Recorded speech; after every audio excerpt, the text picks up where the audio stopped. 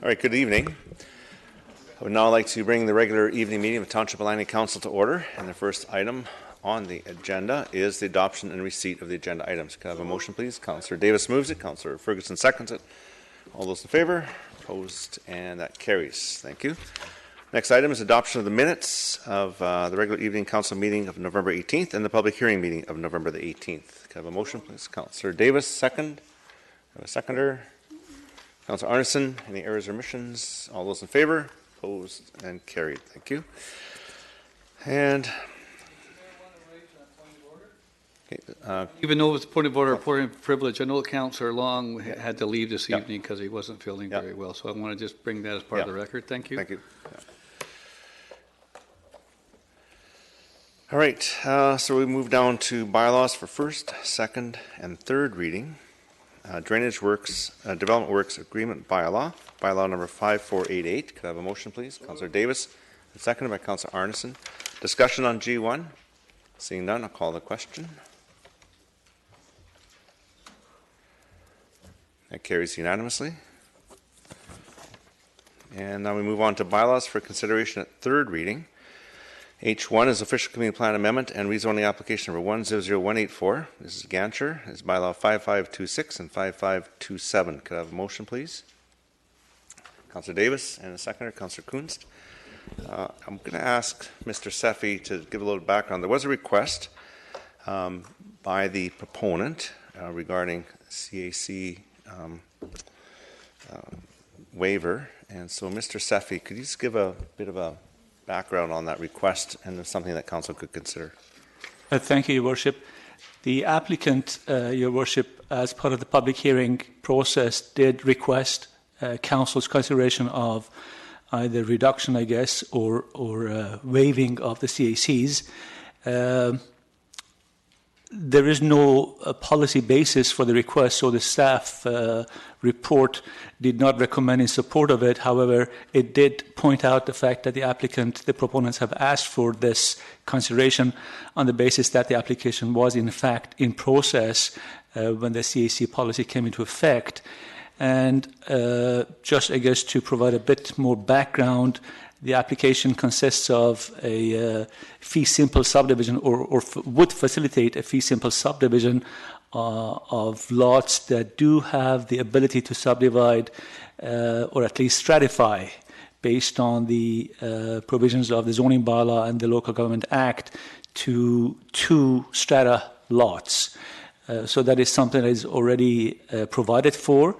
What the applicants have asked for is a consideration based on a previous council decision to do a community plan amendment to provide for fee simple subdivision in the area.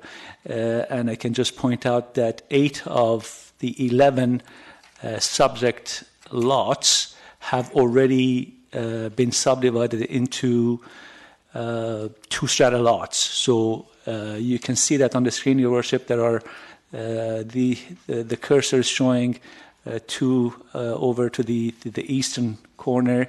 Then adjacent to that is another existing 2 lots.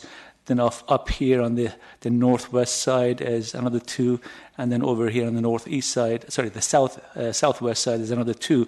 So these 4 existing lots do contain 8 dwelling units, and the application would accommodate all of these to be converted into fee simple subdivision.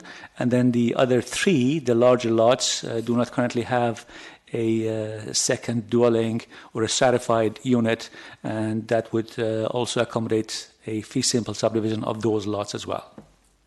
Okay, thank you. So, and if there was just a stratified, they wouldn't be subject to CACs, is that correct? The CAC policy, Your Worship, is based on rezoning requests, rezoning applications.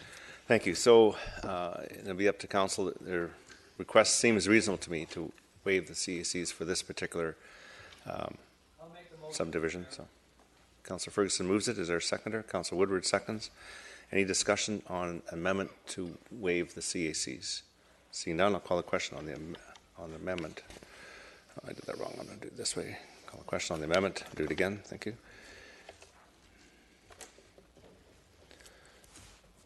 Okay. Just need some more voting here. Carries unanimously. Are you voting? In favor? Yeah. Okay, good. Carries unanimously. Now we're back to the main motion as amended. Any further discussion? Seeing none, I'm going to call the question on each one as amended. Carries unanimously. Move on to H2, and this is rezoning application number 100549, development permit application number 101039, and this is Focus Architecture Incorporated, bylaw 5519 and 5520.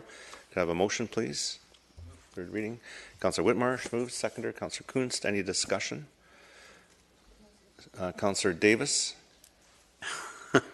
Is there any way, maybe a question to the staff, can we just put a note that it's a pretty nice monkey tree on that front of that property, and if they could somehow fit it in, I guess I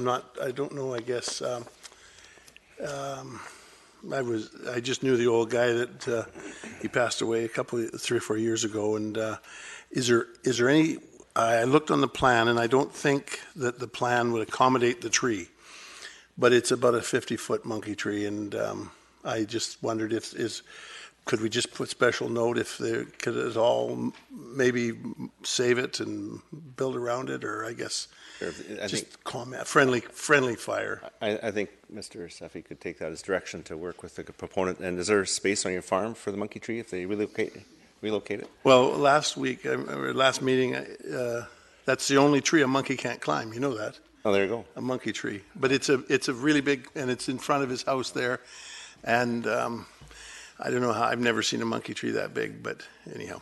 Okay. Thanks. Take his direction. Councillor Richter. Yeah, well, just to follow up on Councillor Davis's comments, can we require them to keep that monkey puzzle tree? Mr. Seffi, what's the implications of that? Your Worship, certainly Council has the discretion, the ability to make a requirement, just I guess to inform Council that it will have a significant impact on the site and the layout and potential yield, Your Worship. Yeah, okay, thank you. Thank you. Any further discussion? Seeing none, I'll call the question on H2. And it carries with Councillor Richter opposed. And move on to H3. Could I have a motion, please? This is official community plan amendment and rezoning application 100177, development permit. Application 101023, bylaws 5528, 5529, 5530, 5531. I have a motion, please. Councillor Ferguson and a seconder. A second. Second by Councillor Richter. So with this one, there was a request from the proponent, and it was to consider a reduction in the terms of the proposed housing agreement from 20 to 10 years for Building A, and a possible reduction in CAC is applicable to the whole project. So I have discussed with staff and have a referral motion to refer this to staff. And I'll read out the motions to refer H3 to staff to discuss and resolve the items raised during the public hearing with the proponent, including consideration of a reduction in the terms of the proposed housing agreement from 20 to 10 years for Building A, and a possible reduction in the CACs applicable in the amount of 80%, subject to the provision of a minimum of 10% of the units within the proposed development being affordable units as defined in the Township of Langley Bylaw 2019, number 5462. So I'll ask if there's a seconder, and I'll give the rationale on that. Councillor Whitmarsh seconds it. So the rationale for the 80%, and this can change. I'd really like to see what staff and the proponent come up with. But the rationale is that the OCP allows for 373 units, and the application is for 472 units, which is 99 additional units. Therefore, if we were to exempt the 100% of the 373 and full CAC on the 99, comes out to about 80%. So it's a reduction, but it's not a total reduction. This is rental housing, which I believe we certainly could use more of. But whether the proponent agrees with this, I don't know, but staff could come back with something that would work. Conversations with the proponent I had prior to the public hearing is that this rental project may not be as economically viable and may not be able to proceed without at least some of these considerations. So that one I'd leave up to council, but I would ask that staff go back and meet with the proponent. So That's my rationale and discussion. Councillor Richter? Yeah, a couple of things here. So the 10% affordable units, I like that idea, and that's in return for the reduced CACs, correct? Yeah. Okay. And the other thing is we're referring it to staff. Could they also take a closer look at the school seats? I mean, I know this is all rental units, but only 21 school spots? I mean, there are families that live in rental units too. Okay. Yeah. So Mr. Steffi, you can take that as direction if this referral is successful. Okay, thank you. Councillor Arneson? Oh, thank you, Worship. I think this is a great referral. I'm hoping that staff can work with the proponent at this time to try and find some way. I know that this was designed to be market rental, but currently the demand is for some affordable units. And I think this is a very fair way to try and find the right balance between further density and getting some affordability for the people that need it in our community. So I definitely support this.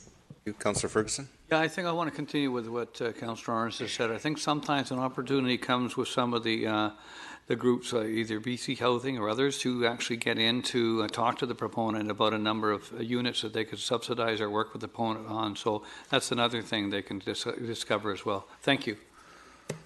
See no further discussion, so I'll call a question on the amendment. Oh, okay. Councillor Woodward. Yeah, I think I'm going to want to take a bit more of a sober second thought to that before CACs are exempted on this scale for a project that's requesting additional density and additional floor area. So I think just we could take it as direction of to get some more information in regarding to the definition of affordable that this project will continue with. And the reduction in guaranteed rental times is a bit of a concern because you can come back in a very short period of time in the life of a building and essentially get a significant exemption for community amenity contributions that the community needs that have been delayed for years anyway, and not get that revenue that we projected and that we need for a building that may not actually be rental for a particularly long time given the length of life of a building. So if the report could include some discussion around some of those elements, or potentially securing rental status for a longer period of time based upon a degree of an exemption, I would like some options laid out for that. Thanks. Okay, thank you for that. Okay, so I'm going to call a question on the amendment. The amendment carries with Councillor Woodward opposed, and now the main. I changed my vote. I thought we were voting on the main motion. Oh, I thought that was direction, not. No, it was an amendment. I moved it and it was second, so it was an amendment. So okay, I'd like to change my vote on the amendment. Is to positive, so the amendment carried unanimously then. If you could change that, thank you. So now on the main motion as amended, call the question.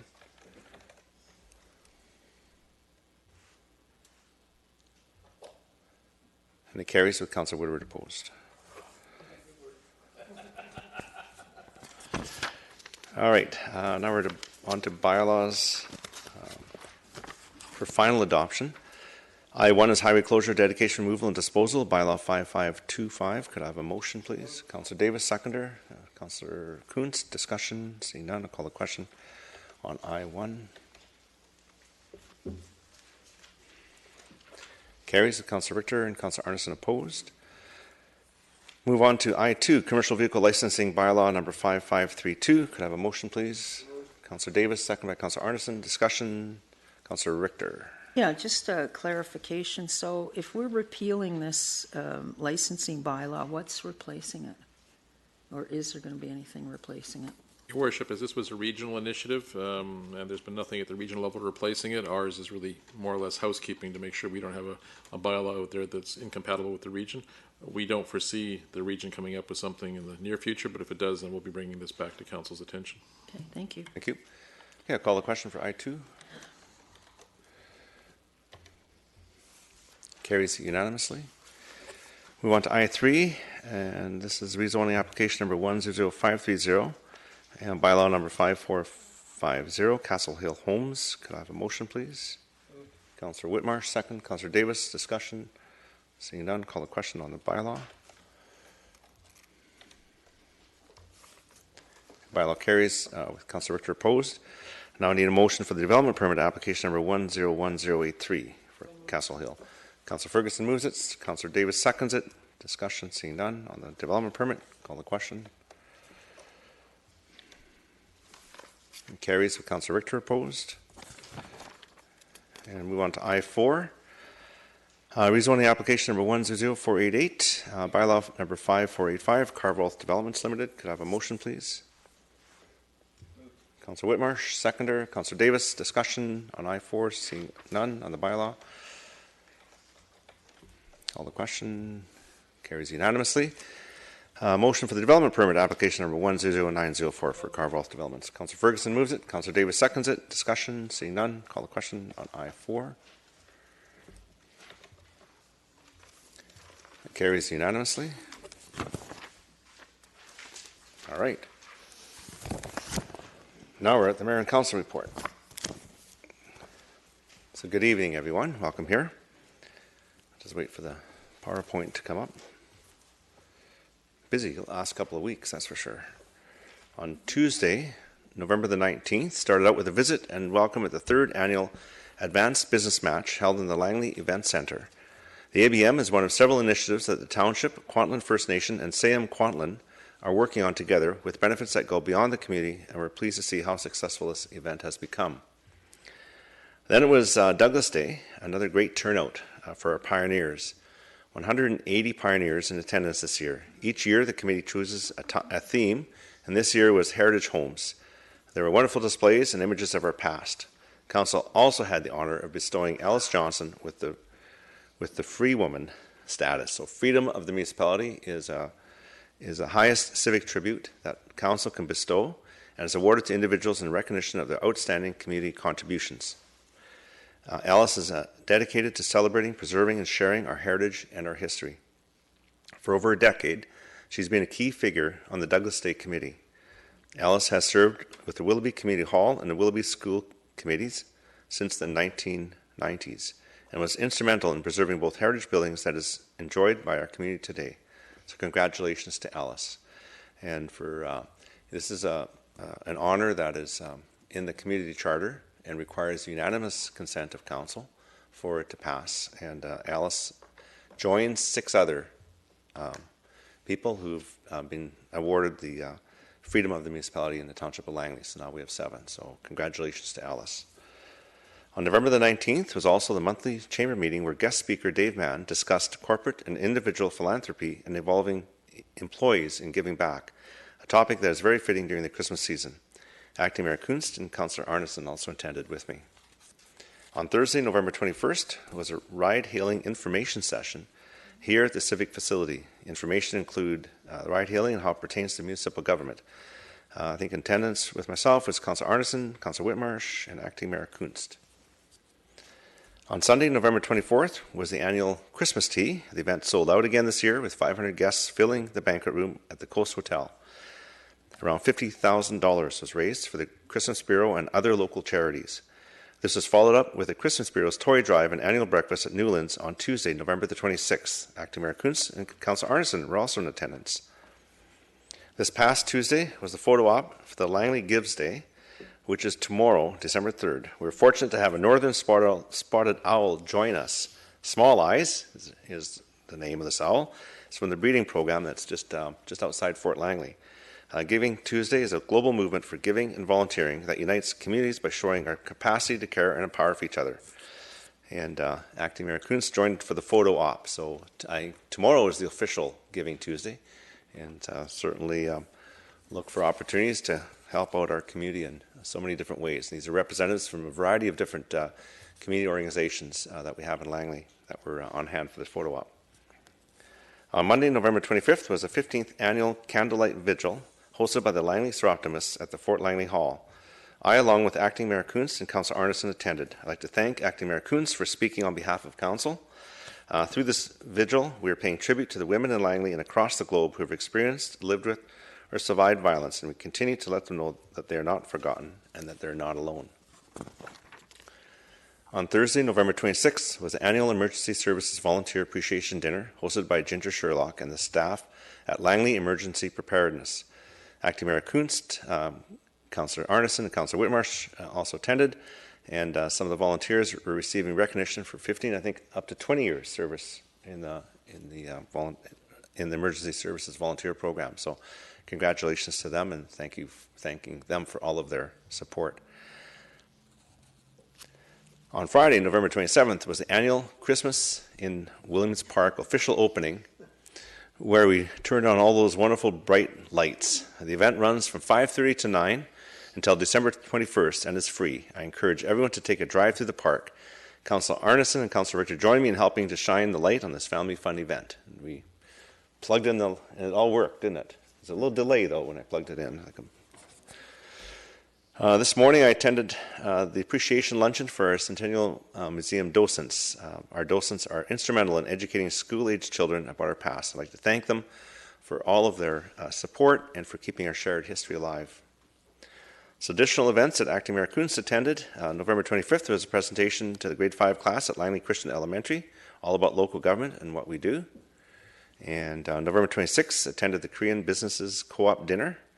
November 27th, attended the Asian Noodle Festival. See, these are the Asian consulates, aren't they? So, 5 different consulates. And December 1st, a pancake breakfast. I think several members of council were at the pancake breakfast flipping pancakes. Upcoming event is, now mark this one on your calendars, December 14th, Aldergrove Christmas Light Up Parade in downtown Aldergrove. So that completes my report. And Councillor Richter, you have something to add? Yes, I did have something to add, and it's a bit of an auspicious anniversary tonight, because 20 years ago tonight, Councillor Long and I were first sworn in as councillors. And we know politicians aren't always the easiest to work with, so Bob and I teamed up to get a little present to thank Mark Backen for all he's done and for surviving 20 years of working with us. So, with your permission, Mr. Mayor, please. I wonder if I could give this to Mr. Backen, Yes. and if he could open it.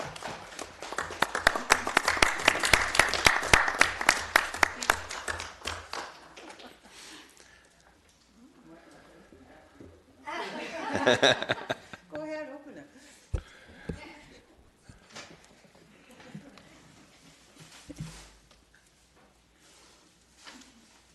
Is it a big bottle of whiskey?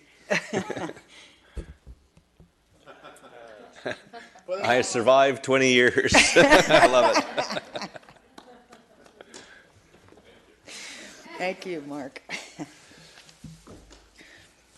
Well, thank you very much. That was very thoughtful. Mark, do you have a speech or anything to surviving 20 years with Bob and Kim? Come on. Oh, a speech. Well, it all began several years ago, many years ago, when I won't put it on. About 20. Yeah. Oh, that's good. Thank you. So, Metro, we had our inaugural meeting at Metro Vancouver. Councillor Richter and I were there. With Metro Vancouver, every year, the chair and the vice chair are voted on, and Councillor Sav Dollywell from Burnaby remains as the chair, and Mayor Linda Buchanan from the City of North Vancouver remains as the vice chair. So that was unanimous, or by acclamation, I suppose, and, to keep the continuity going. So that was the last meeting of Metro Vancouver for the year. So with that, I'll close this. If there's anything else, anybody else to add? Councillor Ferguson? Oh, yeah, I just want to I have my wife and myself and my 2 daughters and aunts and some friends at your Christmas tea, but I did want to talk, and that was a good event, I did want to talk about the fact that the Indigenous business at the event at the LEC, which I attended as well, and I also sit as a Metro Vancouver rep to the Indigenous Relations Committee, and I was in Victoria last week on treaty talks. I think it's important, they're finding more and more importance of working with the Indigenous communities for anything from water, sewer, to anything to do with land resources and other things. And I think everyone is getting along a lot better, certainly at the regional district, and I think it's important to move that forward. And I'm very, very happy with the work that former CAO, I guess Carol did, and in her work, and certainly we're hopeful that the new board will move forward with Indigenous relations as well, because it's so important. Thank you. Thank you. Okay, so we'll move on. Move on to other business, and Councillor Woodward. There was several.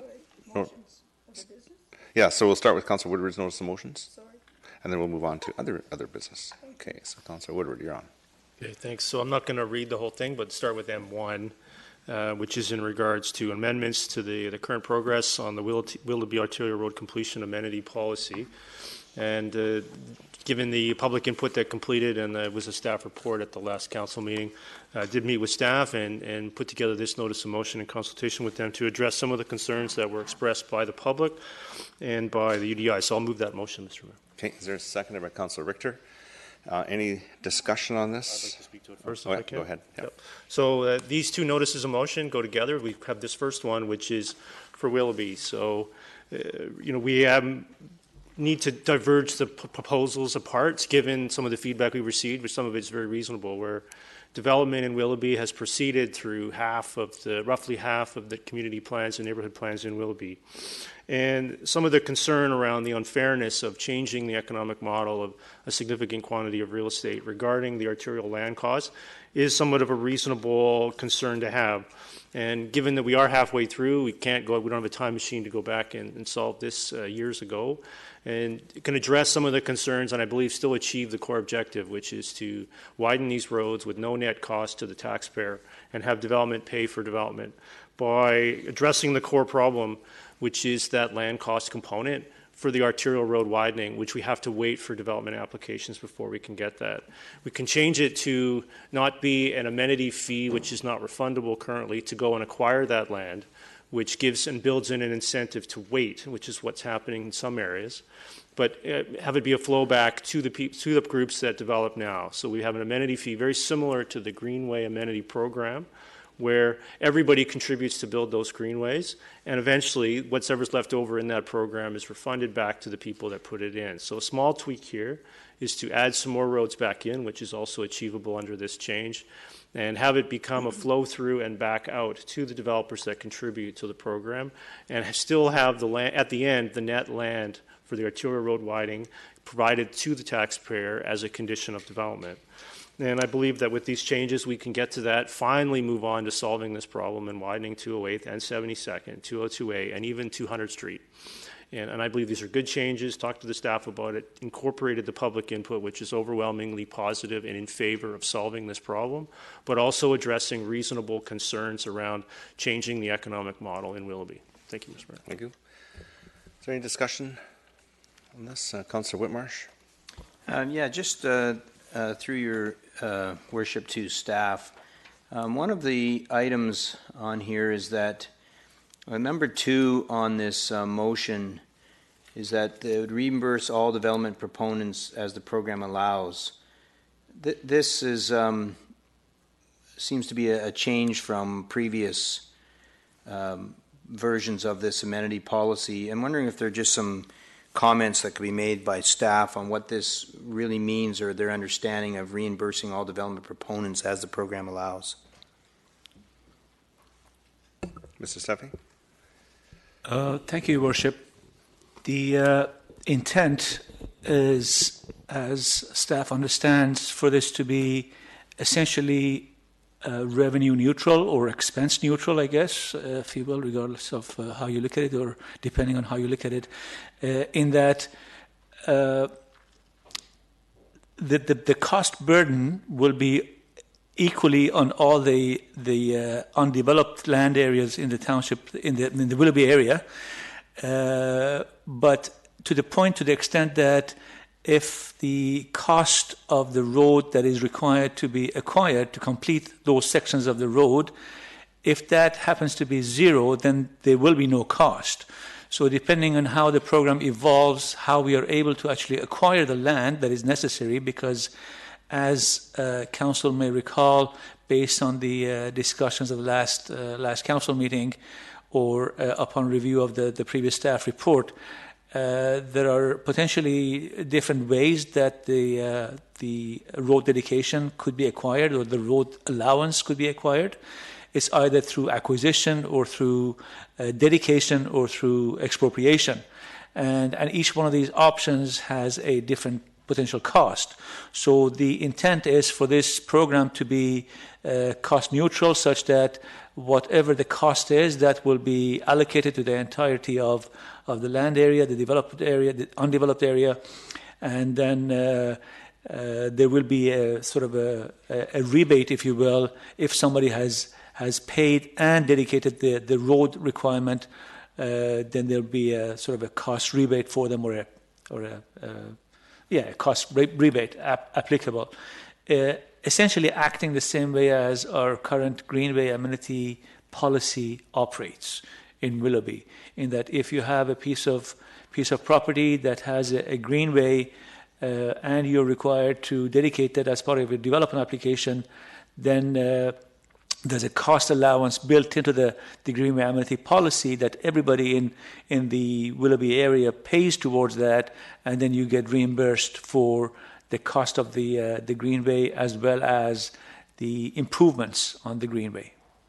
In this case, in the road case, in the work cap case, there won't be any construction costs because that's a different mechanism. So that's a DCC procedure and a tool. But the actual policy that's being contemplated is one that is similar in terms of the greenway land component. Right. Okay. So there's the timing of that payback or reimbursement. We don't know what that would be. It would depend upon the rate at which others wanted to develop. Is that correct, or? That's correct. So in that light, Your Worship, through you to Councillor Whitmarsh, the policy is a little bit more resource intensive, if you will, in that it does require some tracking into the future to, I guess, track and apply rebates as developments proceed and get approved by council. As well, we need to work out some of the details in terms of how the program will actually be structured to make sure that it can be legally protected and sustain any challenge that may arise.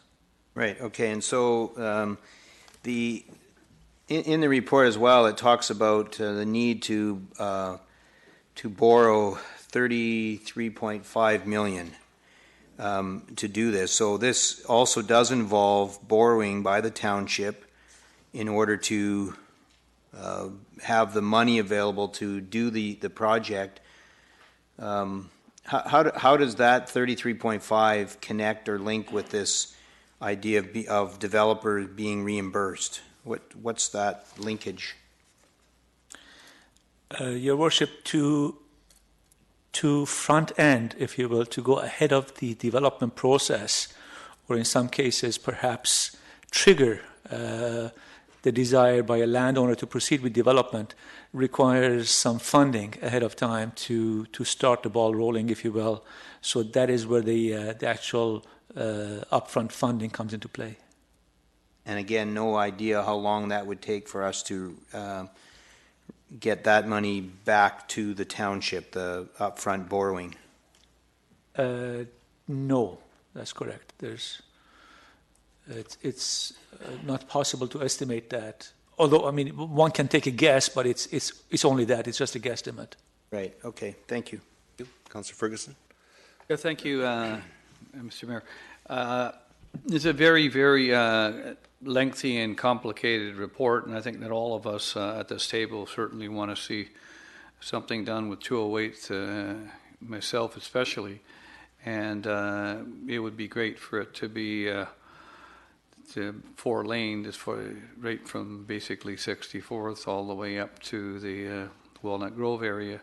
I mean, the reality is that we need to find number one, well, not number one, but we need to find a solution based on what we can afford and what's in stream. So my question to staff is knowing that we did not, and you could correct me if I'm wrong, did not collect a single CAC from the council of 2014 to 2018. Hopefully that's the first question. The second one would be, where were we prior to that, and how did we do things then? And the third thing, with staff's direction, what was the working group with the UDI and township staff, and did they hire a consultant to look after the CACs and come up with something, if I may, through the chair? Duffy? Thank you, Worship. So I guess reverse order, there were no consultants engaged by the township to analyze this proposed policy to date. There has not been any consultants engaged, although in the past we have had consultants assist us with establishment of a CAC program, but not in this case for what we are referring to as WARCAP for short, which is the Willoughby Arterial Road Completion Amenity Policy. So no consultants engaged.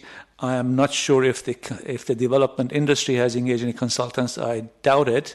Otherwise, I think we would have known about it, but there has not been any discussions, to my knowledge, in terms of the development community engaging any consultants. As far as the other question, as I recall, was to do with whether we collected any CACs prior to 2017. Your Worship, we have had community amenity policies in the township, but they have always been with respect to actual amenities as opposed to contributions in lieu of amenities. So what I mean by that is we've had greenway amenity policy in the township for a number of years, as part of which we have acquired greenways and open spaces and park areas, trails, and playground, pocket parks, etc., etc.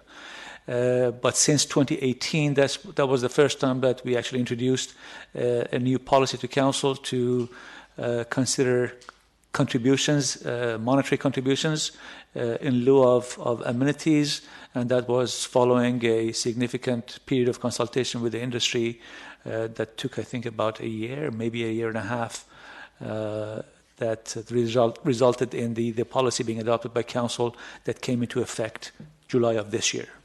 So, Mr. Mayor, in the past, what we did is we negotiated with the folks who were developing land, and we came up with a number of suggestions, and they worked it out with staff, and things were presented or things were decided upon by the council of the day and the staff of the day, and that's the way things were done. Then we moved on to another thing, to an idea which would be similar to what other jurisdictions would be, or surrounding municipalities within the regional district. We got a report on that. We've had many reports on CACs, and what was done by other communities, whether it's art or land or landscaping, roads, and the list goes on with different communities did different things. We then went to the process of learning how to present a CAC program now for our community, which involves all of the Township of Langley, developing that is. And then what we have now is we're looking at one specific area which we want to maybe funnel CAC's money once we've collected it, which we are in the process. We're at very primary stages of doing that. Here we are. Yes, we have to do it. Yes, we have to roll up our sleeves as a council and decide how much money we want to spend, how we're going to dedicate the lands, or I don't know what the right word would be, glean the lands off those particular landowners, because they're not all development. Some are property owners that have lived there for a number of years, and then get the money back again when they indeed develop, and that takes time, as we all know. And so that's what we're up against right now, and it's how much do we want to borrow, and how do we want to proceed with that borrowing, and what is the risk, and what's the future. So we've got a lot of work to do. I appreciate this motion because it makes us all think. It makes us all go forward. Is what is it going to look like? Where were we? What's going on right now, and what's the future of it looking like, and how much are we going to spend? So that's where my comments, Mr. Mayor, to this motion. Thank you. Councilor Woodward. Yeah, I just wanted sorry. just wanted to clarify a couple points. So I'll just point to council's in item number 2, reimburse all development proponents as the program allows, subject to actual land construction and interest costs. So Mr. Sethi made a comment about construction being through a different program. The intent here, by including the word construction, is that the actual cost of the road is provided by development under condition of approval. But if the Township of Langley is doing the road, the DCC revenue from that frontage may be less than the actual cost of building the road. So the idea here is that the construction is added to make up that difference, if that makes sense. And then the other item is in regards to borrowing. This proposal for an amenity policy is completely separate from any decision-making around borrowing the funds now to complete the process of widening the road, and knowing that the amenity program exists to cover interest and other costs eventually or in the short term for the life of widening or the debt that's assumed to widen these roads, with all costs of that debt borne by this program, therefore borne by development. So development paying for development with no net cost to the taxpayers of the Township of Langley. That's a separate decision and a separate process. Would be part of the budget and the construction programs and all the other items that we consider at the budget process. That would be completely separate from the amenity program. Without the amenity program, there would be no basis to proceed with borrowing money to widen the roads other than at a full net cost to the taxpayer of the Township of Langley. So without the amenity program, we can't proceed to even consider the borrowing item or as an option, in my opinion. So they're completely separate. We could certainly adopt an amenity program like this and then choose that now is not the time to borrow money to widen the roads. That would be a separate debate and decision process from Council. Thanks. Thank you. Councillor Richter? Yeah, I just wanted to clarify that as well, that if we pass this motion, it's not automatically locking us into $33.5 million in new borrowing. That's correct, Yeah. correct? Yeah, thank you. Councillor Kunst? So if we were to pass this and the development community comes along and says, okay, you know, look, we've had so many different charges over the last 2 years, is there any danger in the development community saying, look, we're out, you know, go ahead and do your amenity policy, but then we're stuck with these roads that now either we have to pay for because the development community can't handle another charge? Is there, I just, you know, that's just something that keeps coming up in my head. Thank you. Councillor Arneson? Thank you, Worship. I want to give principled support for this, but I'm challenged actually by the addition now of B1 to the original element that we were looking at. And so I would be prepared to have said yes to everything else that was agreed to prior to this, but I'm not comfortable without knowing, and I understand the reasoning that we're not voting at this time to borrow a specific amount of money. But in fact, we are saying we're adding this Willowbrook connector and 208 Street from 64th to 68th.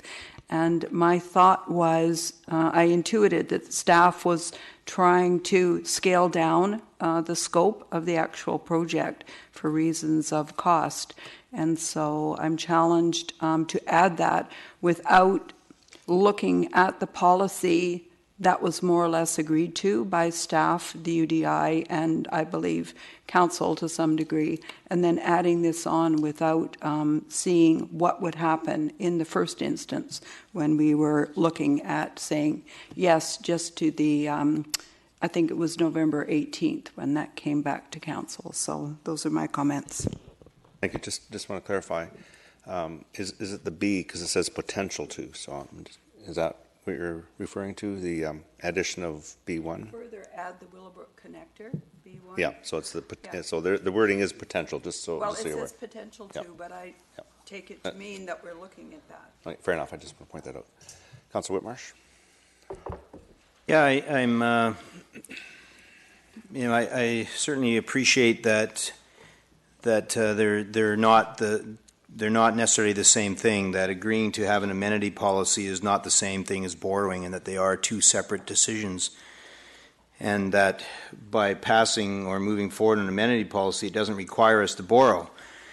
On the other hand, I'm not sure why we would want to have an amenity policy adding extra fees and charges unless we wanted to try and borrow to get 208 done as quick as we can. That's sort of the reason. So they kind of do go together. You know, I think 208 is developing. It's developing slower than maybe many people want. But, you know, driving again today, there's a section that's already widened and pushed out already now for another section of 4 lanes. Took me at 9 o'clock this morning, it took me 7 minutes from Walnut Grove down to here. So I can appreciate that maybe we'd like to do it faster than 7 minutes, but that seemed fairly reasonable to me. And so I'm just not sure why we would want an amenity policy if we don't plan on borrowing the money and getting it done quick. If we're just going to allow it to sort of take its natural course, then I don't really see them. So I do see that they're linked, and so I don't think they're quite as separate as maybe suggested. Thank you. Got some questions for staff. Mr. Seffi, just a little more clarification on the DCCs and what DCCs fund when it comes to road and what CACs fund when it comes to road building. I thought there was something where CACs can't be used for roads, but you mentioned land. So can you clarify that a little bit for me? Certainly, Your Worship. The concept of development cost charges, Your Worship, is that you cannot double charge for anything. And as you know, it has to go through a fairly detailed process that requires provincial approval, the Inspector of Municipalities, and it has to be transparent, etc., etc. With that, our development cost charge program, and when I say we, I don't mean just the Township of Langley, the industry as a whole throughout the region, has never included the land component in the DCC charges. It can. There's nothing legally stopping us from doing that. It's just that for practical reasons, historically, the land component of what is required to complete a road has been assumed to be acquired at no cost through the development process, with only the construction cost of a road going into the calculation of development cost charges. So with that, we cannot, therefore, because our DCCs are based on construction costs, we cannot account for that cost elsewhere because it's already accounted for in the development cost charge program. So that then leaves the land component, which could either go into the DCC program, which would, based on very preliminary analysis that was done a while ago, it would essentially double our DCCs. Or we could have a policy such as the one being considered by Council to address the land component, or to revert back to how historically we have dealt with it, which is as part of the development approval process. Thank you. Thank you for that clarification. The other question I have is regarding the traffic flow on 208. There's anecdotal information on the congestion on 208, and I'll pick 208 as one of them. And everybody can drive it, and everybody has a different experience. I drove it in peak period the other day, back and forth, and it maybe had to wait a couple or three light sequences and to get through, but I got through. There are other areas in the township which are also congested. One's a provincial road, which I take quite often, and that's Highway Glover Road. Is it Highway 10? And you wait from 64th to 216th, you kind of move your way through and eventually get through 248th and Fraser Highway, northbound, southbound is always a difficult one. We need to do work. There's a lot of other, those are just a couple, there's lots. So my concern is that I don't have the science behind what this means on 28th Street. And we're talking about some congestion in peak period. So that leads me to say we're going to put in a program of amenity charges to properties to pay for, and not for the road building, but to pay for the land, which we would get at no cost if we wait like we've always been doing, and ultimately reducing the cost to our residents and our future residents, because those costs, CACs, are passed on. So I'm kind of concerned about moving down this, pardon the pun, moving down this road of CACs to accelerate building roads when we already have a system. DCCs are there to build the roads. We can't use CACs to build the roads. Now we're using CACs to purchase the land ahead of time, which we would basically get for nothing. And those properties have already been purchased. Property owners are holding on to them. Some are developing, some aren't. But they all know the plans have been in place for 20 years. They all know where the roads are going. So I'm kind of thinking that the pricing of that property already had that built into it. So I'm concerned about this. I think we have a good system. Sure, it's political. You can say 2/8 is congested. Yeah, it took me 2 or 3 light sequences to get through on a peak period. But compared to the rest of the lower mainland, that's just normal traffic. And it is going to get improved. So those are my concerns. that we're adding another cost. I know this isn't the motion to do this, add the cost right now. This isn't approving the policy. This isn't borrowing the money, but it's leading down that road. So I'm not going to be supporting it. Councillor Ferguson. Well, there's certainly a lot of discussion about what we should and shouldn't do. And I mean, the thing is, we have to address challenges with our roadworks and moving people around, especially in a developing community. I know that there was a statement by one of the councillors about, the agreement between staff, UDI, and council. So my question to staff would be, where are we at currently with our CAC program, and how does this motion work with the particular process you're already going through, if I may, through the chair? Jeffy?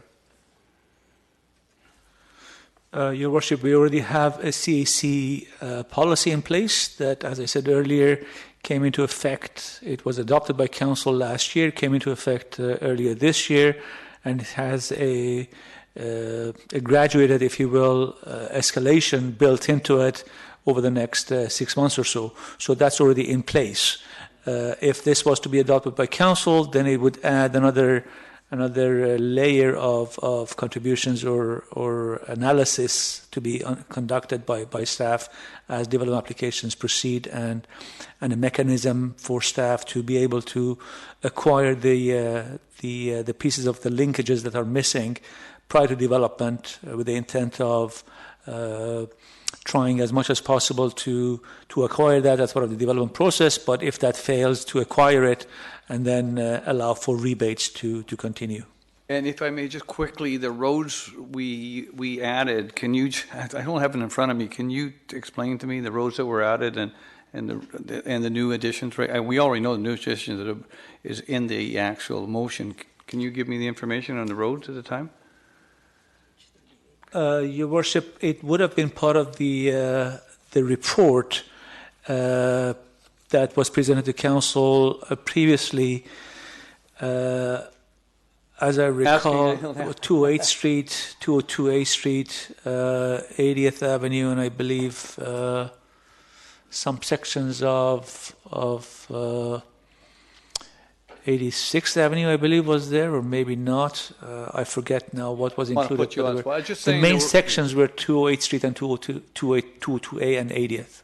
Yeah, just basically, we had some sort of an arrangement already with CACs, and I understand that members of council have also said that we had also some. It's just an additional thing, and maybe this is a good thing. I'm not sure. And this is why I wanted to bring that to everyone's attention, that we did have a program. We do have a program in place, and we worked hard to get those roads on, and now we're just in a new addition, and is causing troublesome right now. And we need to, I guess, roll up our sleeves and determine what roads we want and determine how we're going to fund it. Thank you. Thank you. Any further discussion on M1? Seeing none, I'll call the question.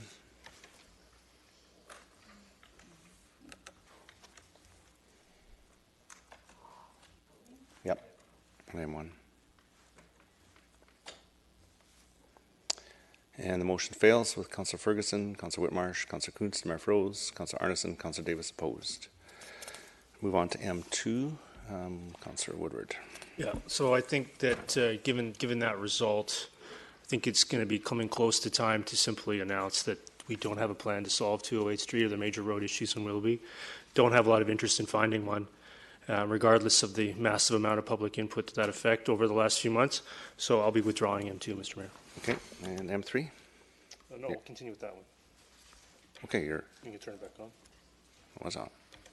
Oh, there we go. So this one, I will not read it as well, but I want to point out a few things, so I'll move the motion first, Mr. Mayor. Moved and seconded by Councillor Richter. Okay, Councillor Woodward. Great. Yep. So I'm going to speak to, there's just a few points, just to point out a few items to council here.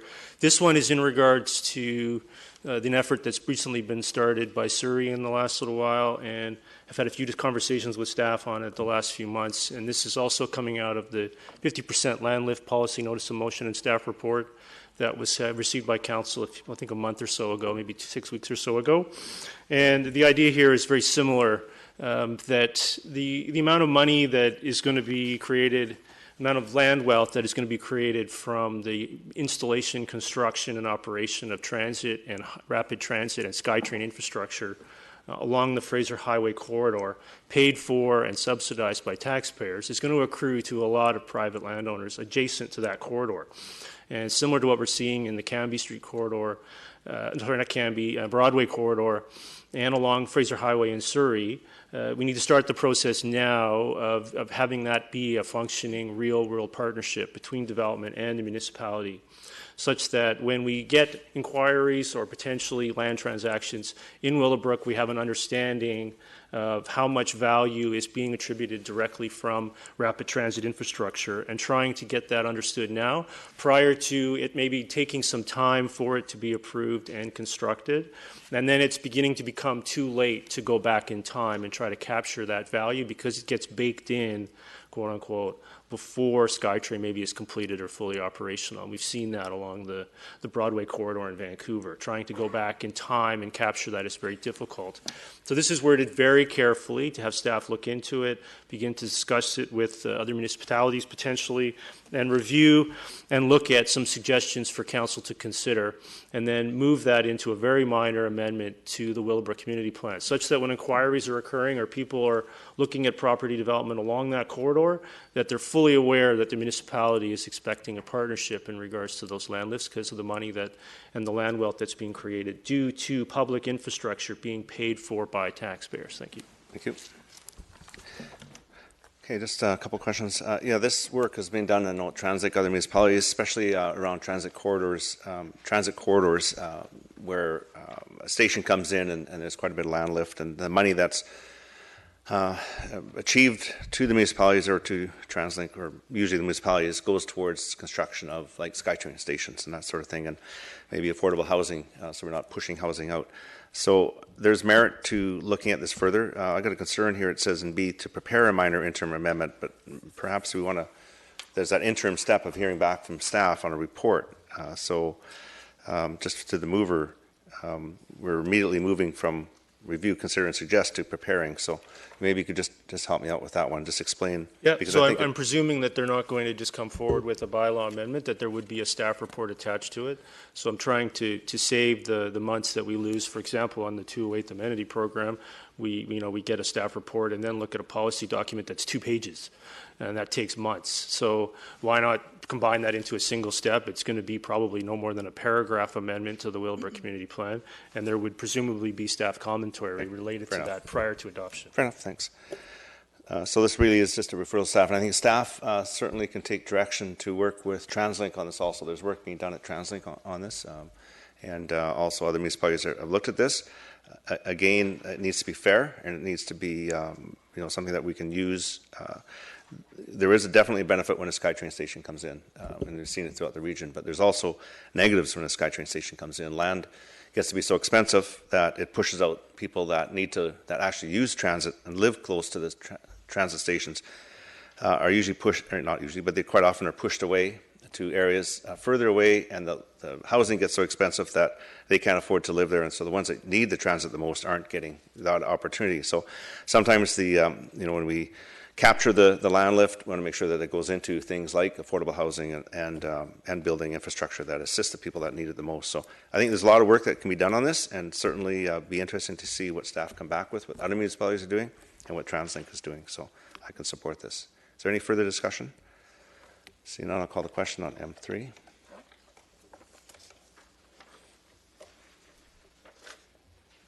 that carries unanimously. And is there any other business? Councillor Arneson. Thank you, Worship. Just giving council notice, I have 3 motions that will be considered and debated at the next meeting. The first one is on a micro-transit pilot project for the Township of Langley. Number 2, water conservation and demand management plan for the township. And number 3 is a proposed community infrastructure levy. Thank you. Okay, and is there any other business? Councillor Ferguson? Yeah, I just wanted to ask, it's in the news an awful lot over the last couple of years, and even more so now, is that I guess companies like Uber and Lyft are, making their notice throughout the province, and some communities are putting together some either licenses or otherwise. If I may, through the chair, have we been approached by either the province or some of the individual companies as to what our position would be, if I may, through the chair? Mr. Backen. Your Worship, we have had conversations historically with some of those operations to see what our position would be vis-a-vis business licensing. In all situations, we've had to wait to determine what the province's position would be. And there's been some advancements, delays with the Motor Carrier Commission and actually moving forward, and then the licensing has meant those discussions have effectively just been put in a pause till there's some greater direction. It's on the ride-hailing, so I can give an update if you wish. Yeah, absolutely. And, I think we've got a workshop coming up. Could we just mention that a little bit during the workshop? Because this is the future. I mean, Councillor Arneson's talking about, transit and things. This is also another, kind of a parcel of how people get around communities.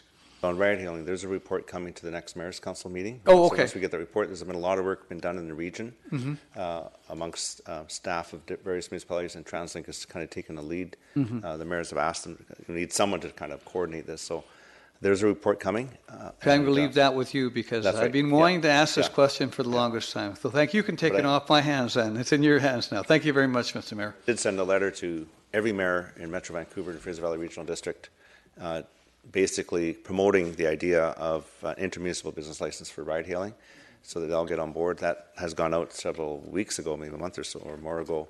And staff at TransLink have been working towards coming up with something that we can kind of agree on. It's going to take some time, but I know the mayors have wanted them to kind of hurry up with it. So, and not every municipality is on the same page yet. So thank you very much for doing that for me. Is there any other business? Seeing none, I'll motion to terminate. Councillor Davis, second. Councillor Kunst, all those in favour? Opposed, carried. Thank you. That ends the evening meeting. We'll transition to the public hearing in just a few minutes.